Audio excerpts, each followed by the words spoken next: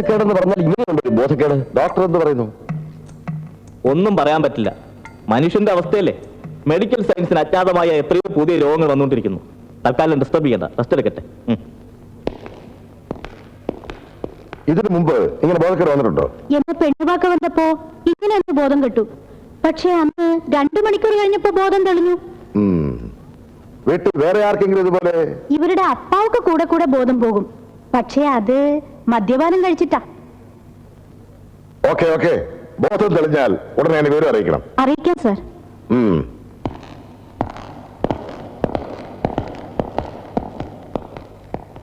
അത്ത அவங்க പോയാച്ചി. പാത്തിട്ട് നിൽക്കാതെ എടുത്ത് മേലെ കാമാക്ഷി. ആമാ എത്ര നാളേക്ക് ഇങ്ങനെ ബോധമില്ല അടിച്ച് കിടക്കാൻ പോണു? പോലീസ് അവനെ പിടിക്കുന്ന വരയ്ക്കും. ആനാ ഒരു ചിന്ന പ്രോബ്ലം இருக்கு. ചൊല്ലി തോലെ. ഡോക്ടർ ചൊല്ലിയാച്ചി പേപ്പട്ടി കടിച്ചാ കൂടെ இந்த மாதிரி ബോധക്കേട് വരുമെന്ന്. அது நிஜமாவே போதம் கிடும். ஆமா, நீ எதுக்கு பேப்பட்டியை என்னையும் கனெக்ட் பண்ற? உங்களோட வயிற்றுல பொக்குள்ள ചുറ്റും 14 ഇഞ്ചക്ഷൻ പോടണമെന്ന് ഡോക്ടർ പറഞ്ഞു. പൊക്കിള കടവുള്ള എന്നോട് പൊക്കിൾ.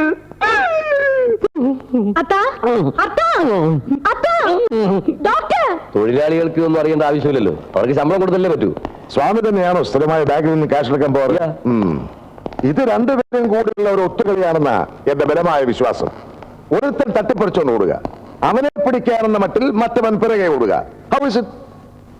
അവരിൽ ഒരുത്തൻ ഞങ്ങളുടെ ലിസ്റ്റിൽ നേരത്തെ ഉള്ളവനാ.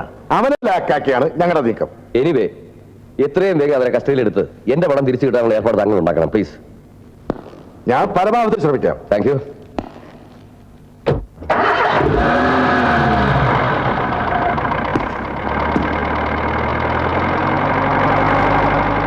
മുതലാളിണ്ടോ? അകത്തുണ്ട്.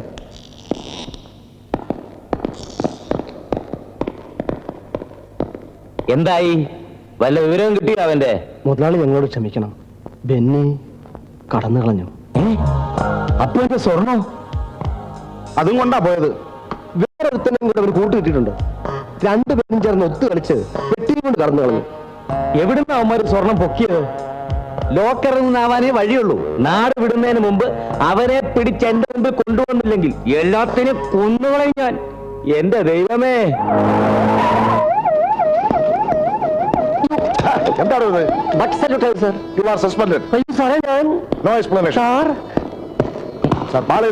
റൂമിലുണ്ട് സാർ. ഞാൻ വന്ന് അറിഞ്ഞില്ലേ? എന്തോന്ന് പുഴുകത്തില്ല അയാളകത്ത്? വ്യക്തമായിട്ട് അറിയില്ല സാർ.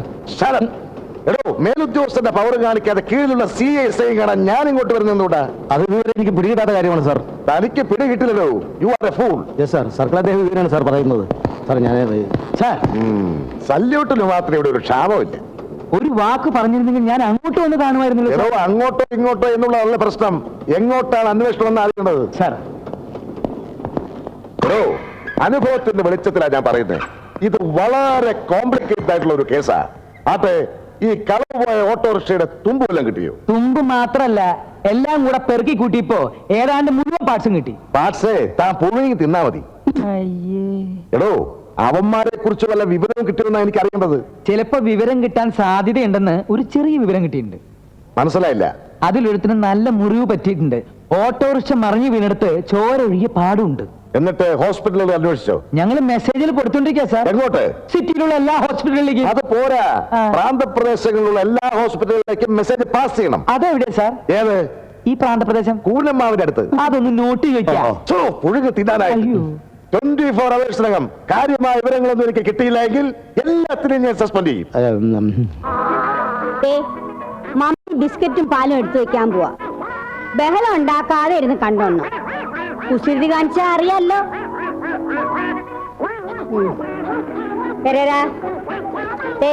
ഇവരെ ഉപദ്രവിക്കരുത്, മര്യാദക്ക് ഇരുന്നോണം.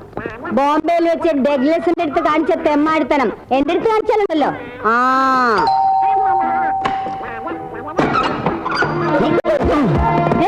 ആരാത്?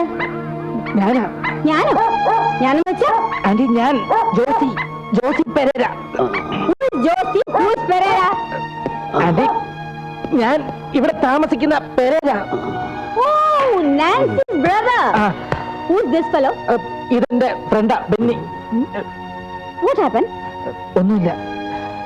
ചെറിയൊരു ആക്സിഡന്റ്. ആരും കല്ലെടുത്തെറിഞ്ഞോ? ഏയ് കടിപിടി കുടിക്കാണല്ലേ? അല്ല, വീണ് മുറിഞ്ഞത് ആന്റി. ഓ, ഡിസ്പെൻസറി കിടത്ത്.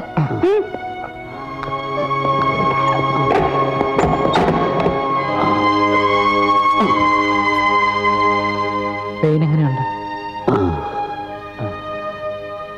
ഇത് തന്റെ വീടാണോ? അല്ല, പെങ്ങളുടെ ചികിത്സയ്ക്ക് വേണ്ടി ഇവിടെ ഒന്ന് താമസിക്കുക. യെസ്. ഇവര് തന്റെ ആരാ? എന്റെ മമ്മിയുടെ ഒരു ഫ്രണ്ടാ, മാർഗരറ്റ്. മാഗി ആന്റി എന്നാ ഞങ്ങള് വിളിക്കുന്നത്. ഹസ്ബൻഡ് മരിച്ചുപോയി, മക്കളില്ല. അവരുടെ മക്കളെന്ന് പറയുന്നത് ഇവിടെയുള്ള പട്ടികളും പൂച്ചകളും ഒക്കെയാ. Okay, I am ready. കാല് നേരെ വെക്ക്.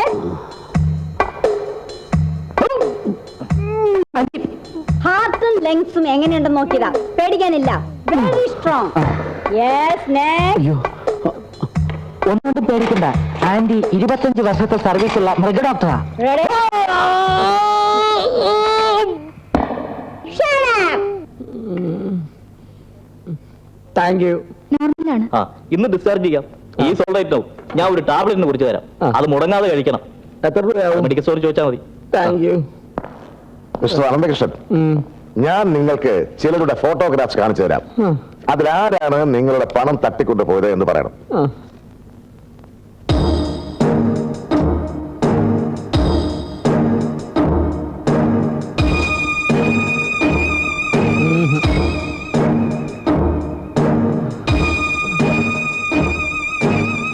ഇയാളല്ലേ? ഒന്നോർത്ത് നോക്ക്. ഇയാളല്ല, പക്ഷെ ഇയാൾ ബാങ്കിൽ ഉണ്ടായിരുന്നു. പിടിവിലി നടക്കുന്ന സമയത്ത് ഇയാളാണ് ആദ്യം ഓടിയെത്തിയത്. ഓക്കെ, തട്ടിപ്പറിച്ച ആളിനെ ഇനി കണ്ടാൽ നിങ്ങൾക്ക് തിരിച്ചറിയാൻ ഒക്കുമോ? ഒക്കുമോന്നോ? ഏത് ആൾക്കൂട്ടത്തിൽ വെച്ചാലും ഞാൻ ഇവനെ തിരിച്ചറിയും. ആളെ കണ്ടാലെങ്ങനെ? കണ്ടാലേ അറിയാം അവനൊരു കള്ളനാണെന്ന്. ചുരുണ്ട മുടിയും ഉണ്ട കണ്ണും. എന്ത് പ്രായം തോന്നിക്കും? എന്ത് പറയാൻ തോന്നിക്കാൻ? Answer to the question. ഒരു 25 വയസ്സിനപ്പുറത്തുണ്ടാവില്ല. ഓക്കെ, നിങ്ങൾ തൽക്കാലം റെസ്റ്റ് ചെയ്യൂ. നമുക്ക് വീണ്ടും കാണേണ്ടി വരും. കൃഷ്ണൻ, നിങ്ങൾ നാളെ അത്യാവശ്യമായി ഓഫീസ് വരെ വരണം. എനിക്ക് കോൺഫിഡൻഷ്യലായി ചിലത് സംസാരിക്കാനുണ്ട്. സോറി സർ, കാശ് തട്ടിപ്പറിക്കുമെന്ന് അറിഞ്ഞിരുന്നെങ്കിൽ സത്യമായിട്ട് ഞാൻ ആ സമയത്ത് ബാങ്കിൽ നിന്ന് പുറത്തിറങ്ങില്ലായിരുന്നു. Don't be stupid. നമുക്ക് ഓഫീസിൽ വന്നിട്ട് നേരിട്ട് സംസാരിക്കാം. രക്ഷിക്കണേ.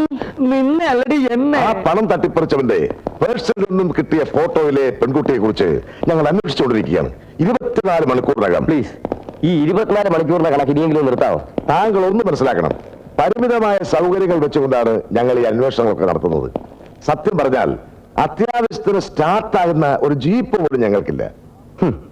ഇതൊക്കെയാണെങ്കിലും ഞാൻ ഉറപ്പു തരുന്നു, ആ പെൺകുട്ടിയെ കുറിച്ചുള്ള എന്തെങ്കിലും വിവരം കിട്ടിയാൽ ഏറെ താമസിയാതെ തന്നെ ഞങ്ങൾ അവരെ കസ്റ്റഡിയിൽ എടുത്തിരിക്കും. Irresponsible idiots. കള്ളക്കടത്തുകാരനും കൊലപാതകയുമായ ഒരു കാട്ടുകള്ളനെ പിടിക്കാൻ പോലീസ് ഫോഴ്സിന് ഇത്രയും പാടുപെടേണ്ടി വരിക എന്ന് പറഞ്ഞാൽ ഇറ്റ്സ് എ ഷെയിം.